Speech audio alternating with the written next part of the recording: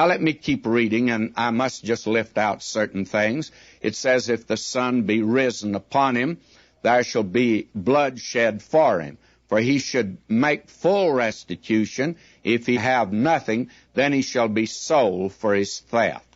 In other words, if a man steals, he has to make up that which he's stolen, even to the place of selling him as a slave. Verse 5, if a man shall cause a field or vineyard to be eaten, and shall put in his beast, and shall feed in another man's field, of the best of his own field and the best of his own vineyard shall he make restitution. In other words, if a man has a cow or a sheep, and they break through into another man's field, then he's to make restitution. And if fire break out and catch in thorns, so that the stacks of corn or the standing corn of the field be consumed therewith, he that kindled a fire shall surely make restitution. You see how practical this is, friends? And actually how right it is, by the way. This is God putting down certain great basic principles for the weal and welfare of mankind here on this earth. And he's giving it, this is the Mosaic system given to his people, and they were to be an example to the nations of the world. And then if you read on, you find many of these laws. Now, I'm not wanting to lift out all of them. I'm trying to let us see a great principle here. And it's very important, I think, to see that. Now, I drop down to verse 16, and this is actually crimes against persons. Verse 16, if a man entice a maid that is not betrothed and lie with her, he shall surely endow her to be his wife. In other words, if a man rape a girl, he's forced to marry her. That's the way we put it today. At least it was formerly. It's not quite like that today. But suppose if a father utterly refused to give her unto him, he shall pay money according to the dowry of virgins. In other words, he shall pay a penalty for what is done. Thou shalt not suffer a witch to live. Now, I'll be coming back to that when we get to Deuteronomy.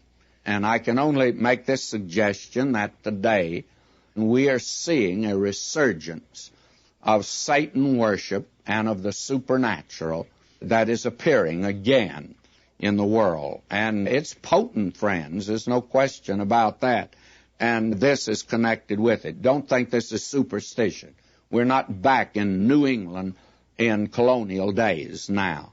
We're in the 20th century, and we're seeing this appear today, and it happens to be a reality. I'll be dealing with that when we get over in the 18th chapter of Deuteronomy. Now, whoso lieth with a beast shall surely be put to death. And this shows how low man can go. He can sink down till he's as low as the beasts of the field. And this is an evidence of it. And God made a law.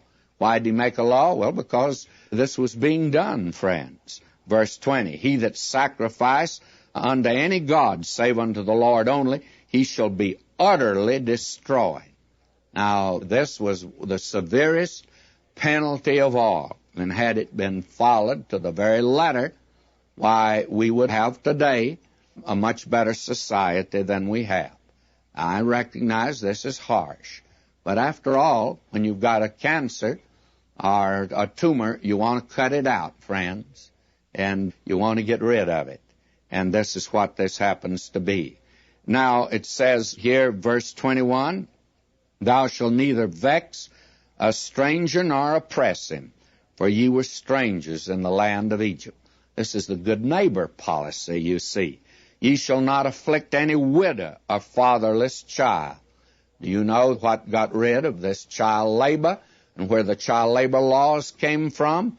Came from the Wesley revival, friends. The Word of God has been basic to all of these great movements that have brought blessing to mankind. And the fatherless child.